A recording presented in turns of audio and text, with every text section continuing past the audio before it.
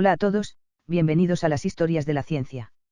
Aquí, miramos hacia atrás en el largo proceso mediante el cual la humanidad ha llegado a comprender el mundo. Cómo esas exploraciones, ensayos y descubrimientos han ido transformando poco a poco nuestra forma de ver el universo y a nosotros mismos. En las historias de la ciencia, convertimos la ciencia en una narrativa. Un mundo bajo el hielo, la luna que no encaja en ninguna regla. ¿Alguna vez te has parado a pensar en algo un poco extraño? Llevamos décadas buscando un segundo planeta Tierra. Marte, las lunas de Júpiter, incluso cometas, hemos mirado prácticamente todo lo que está cerca. Y aún así, el lugar que más se parece a la Tierra, no está donde uno esperaría. Está orbitando Saturno. Allí se encuentra Titán. Suena a nombre de gigante, y en cierto modo lo es. Pero lo más sorprendente es lo que ocurre allí. Imagina esto, te plantas en su superficie y miras alrededor. El cielo no es azul. Es naranja. Y no por un filtro bonito, sino porque es permanente, como si el mundo entero estuviera cubierto por una niebla química.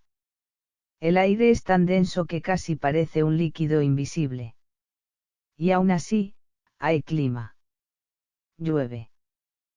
Pero no agua. Llueve metano líquido. Como dice el refrán, no es oro todo lo que reluce, y en Titán, no es agua todo lo que cae del cielo. Ríos cortan el paisaje, valles, canales, redes enteras como en la Tierra, pero aquí el líquido es gas natural en versión fría extrema. Si caísas ahí, no te ahogarías, te congelarías casi al instante, como si el tiempo se detuviera en seco. Y sí, también hay mares. La misión Cassini-Huygens confirmó algo increíble en 2007, enormes cuerpos de líquido en el hemisferio norte. Pero otra vez, no es agua. Son lagos y mares de metano y etano. Una especie de tierra alternativa, pero con ingredientes completamente distintos. Entonces surge la pregunta inevitable, si existe vida ahí, ¿sería como la nuestra? ¿O estamos buscando vida con un manual demasiado terrestre? Porque quizá el problema no es el universo, sino nuestra imaginación. Durante mucho tiempo, Titán era solo una mancha naranja en los telescopios. Nada más. Hasta que en 1655, un astrónomo llamado Christian Huygens lo detectó con instrumentos rudimentarios, como una pequeña luz que seguía a Saturno. Así nació su historia moderna. Más tarde, la sonda Voyager 1 pasó por allí en 1979 y reveló algo inquietante, una atmósfera más densa que la de la Tierra, compuesta sobre todo por nitrógeno y metano. Pero lo importante no era solo lo que había, sino lo que no dejaba ver. Titán no se mostraba. Se ocultaba. Como dice otro refrán, la niebla no desaparece, solo cambia cómo ves el camino. Y durante décadas, eso fue exactamente lo que pasó. Hasta que llegó la misión Cassini-Huygens, y por fin pudimos mirar dentro de ese mundo cerrado. Y entonces ocurrió lo más extraño de todo. Titán se parecía a la Tierra. Pero al mismo tiempo, no se parecía en absoluto. Mismos patrones. Misma lógica de ríos, lluvia, mares. Pero materiales totalmente distintos. Un mundo espejo, hecho de otra sustancia. Y esa idea, más que fascinante, incomoda un poco. Porque obliga a preguntarnos si realmente estamos entendiendo el universo, o solo reconociendo versiones distorsionadas de nosotros mismos. Cuando la sonda Cassini-Huygens entró de verdad en el sistema de Saturno en 2004, la humanidad todavía no estaba lista para lo que iba a encontrar en Titán. Era el 1 de julio de 2004. Después de casi 7 años de viaje, Cassini por fin se colocaba en órbita. Pero no había venido a ver Saturno bonito desde cerca. Su objetivo era muy concreto, Titán. Y había una razón. Este satélite ya no encajaba en ninguna categoría simple. Tenía atmósfera, clima, nubes, y señales claras de líquidos en movimiento. No se comportaba como una luna, se comportaba como un planeta congelado en pleno funcionamiento. Como dice el refrán, cuando el río suena, agua lleva. Y aquí, el río era toda una pista de que algo enorme estaba pasando. El gran momento llegó el 14 de enero de 2005, cuando el módulo Huygens se separó de Cassini y empezó su descenso hacia la superficie. Era el primer intento humano de aterrizar suavemente en un mundo del sistema solar exterior. A unos 1.400 millones de kilómetros de la Tierra, con un retraso de señal de más de una hora, no había control en tiempo real. Solo una opción, esperar. Sin poder intervenir. Sin botones de emergencia. Solo paciencia. Huygens atravesó la atmósfera naranja de Titán durante horas. Primero frenado por capas densas de gas, luego desplegando paracaídas, bajando lentamente como si el planeta no quisiera soltarlo. En la Tierra, todo era silencio. Solo datos. Hasta que llegaron las primeras imágenes. Y el control de misión se quedó en pausa unos segundos. Porque aquello, parecía demasiado familiar. Canales ramificados. Huellas de erosión. Valles. Y hasta guijarros redondeados. Pero aquí estaba el giro, esos guijarros no eran roca. Eran hielo de agua. Y eso lo cambia todo. En Titán, el agua no fluye. Es sólida como una montaña. Mientras que el líquido del paisaje es metano. El mundo se invierte. Las reglas se rompen. Como si alguien hubiera cogido la Tierra y hubiera cambiado el manual de física. El suelo mostraba más pruebas, erosión activa, canales formados por flujos, depósitos transportados por líquidos. No era un paisaje muerto. Era un sistema climático en marcha. Solo que con otra química. En ese momento, en la sala de control surgió una sensación difícil de describir, emoción mezclada con inquietud. Porque cuanto más se parecía a la Tierra, más incómodo se volvía. Como dice otro refrán, no es oro todo lo que reluce. Y aquí, no todo lo familiar era realmente familiar. Incluso hubo una frase que se repitió entre los científicos, no parecía un mundo alienígena, sino la Tierra, pero con el calor apagado. Después de la misión Huygens, Cassini continuó orbitando durante más de una década, revelando poco a poco cómo funciona realmente Titán.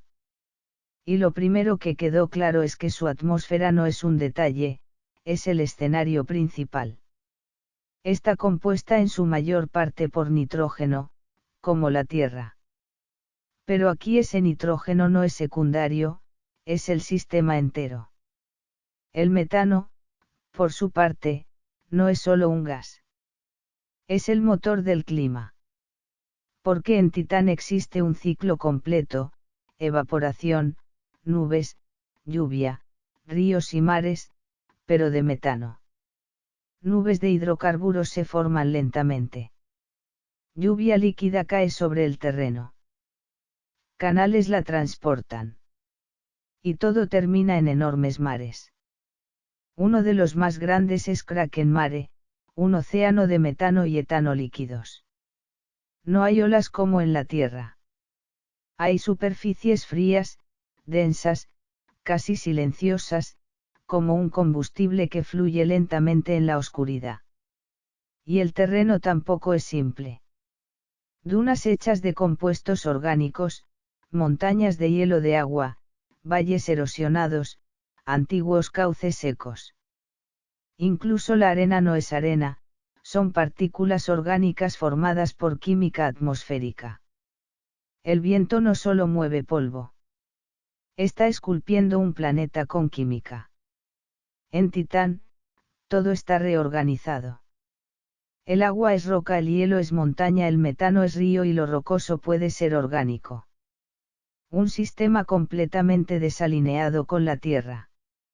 Si intentaras aplicar geología terrestre allí, se rompería en minutos. Y luego está el entorno, temperaturas cercanas a -179 grados, luz solar débil filtrada por niebla naranja, y una atmósfera tan densa que el día nunca se siente como día. Un mundo de crepúsculo permanente. Y en ese escenario, la idea de exploración pierde romanticismo rápido. No serías un explorador, serías un material congelado en proceso lento de transformación. Pero el misterio más profundo no estaba en la superficie. Los datos gravitacionales empezaron a sugerir algo en 2008, bajo la corteza helada podría existir un océano global de agua mezclada con amoníaco. Un mundo oculto bajo otro mundo.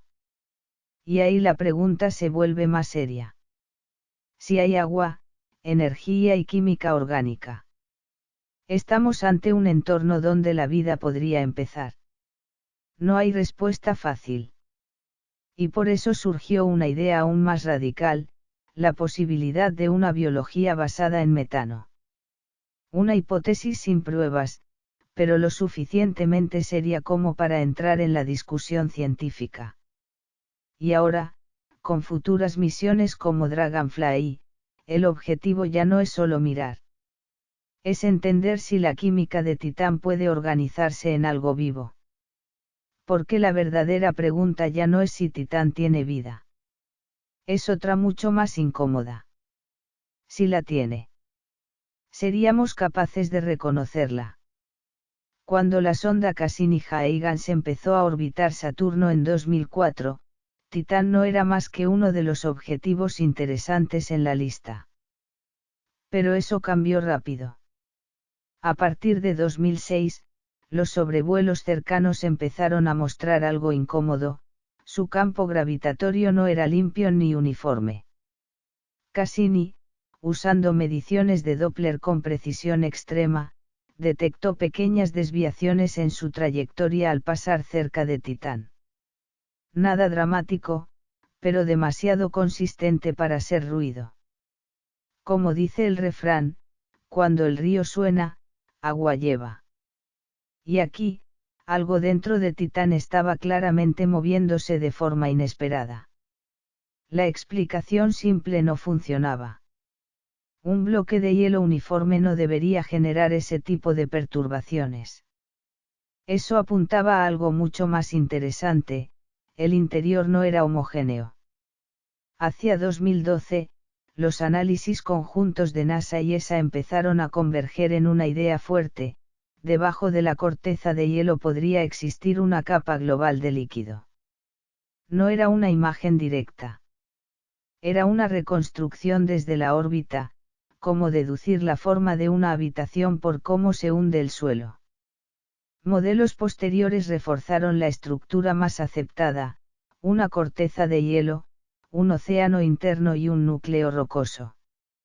Ese océano podría estar entre 50 y 100 kilómetros bajo la superficie. Y no sería agua pura. Probablemente sería agua mezclada con amoníaco, que actúa como anticongelante natural y permite mantener el líquido en condiciones extremas. Un océano global encerrado bajo kilómetros de hielo. Un sistema completamente aislado del exterior. Y ahí apareció la pregunta incómoda: ¿ese océano está realmente activo o es solo un resto congelado del pasado?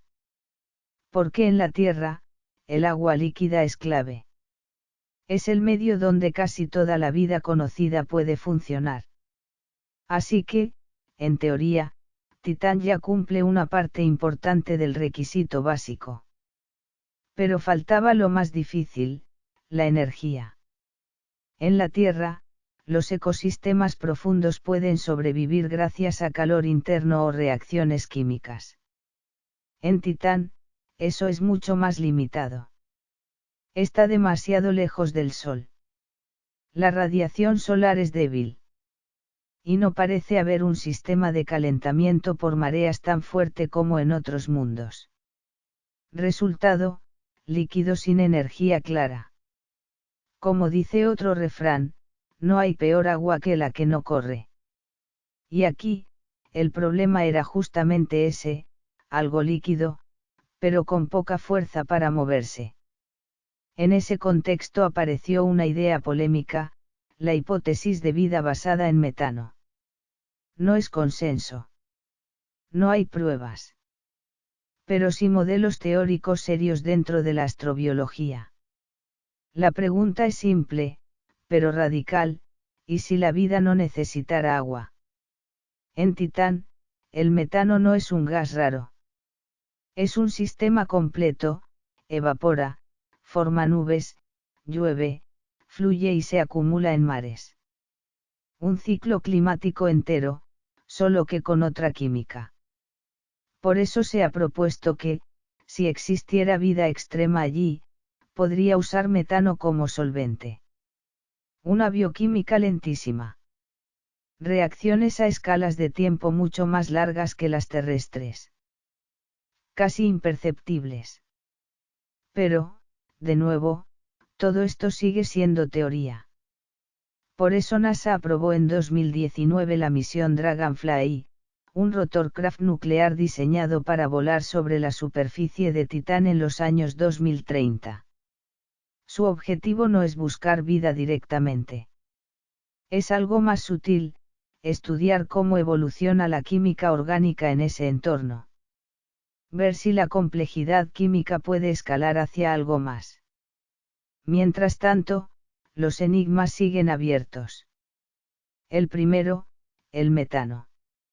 Los modelos dicen que debería destruirse con el tiempo por la radiación ultravioleta. Pero sigue ahí, estable. Algo lo repone, pero nadie sabe qué. El segundo, posibles criovolcanes. Formas de terreno que parecen erupciones frías, donde en lugar de lava saldrían mezclas de agua y amoníaco. Pero nunca se ha visto una erupción en directo. El tercero, la química orgánica. La atmósfera produce continuamente moléculas complejas que caen como una especie de nieve orgánica. Pero no sabemos qué ocurre después en la superficie. El cuarto, la energía interna. No es un mundo muerto, pero tampoco tiene una fuente clara de actividad fuerte. Y aún así, sigue mostrando cambios. Y eso es lo que desconcierta.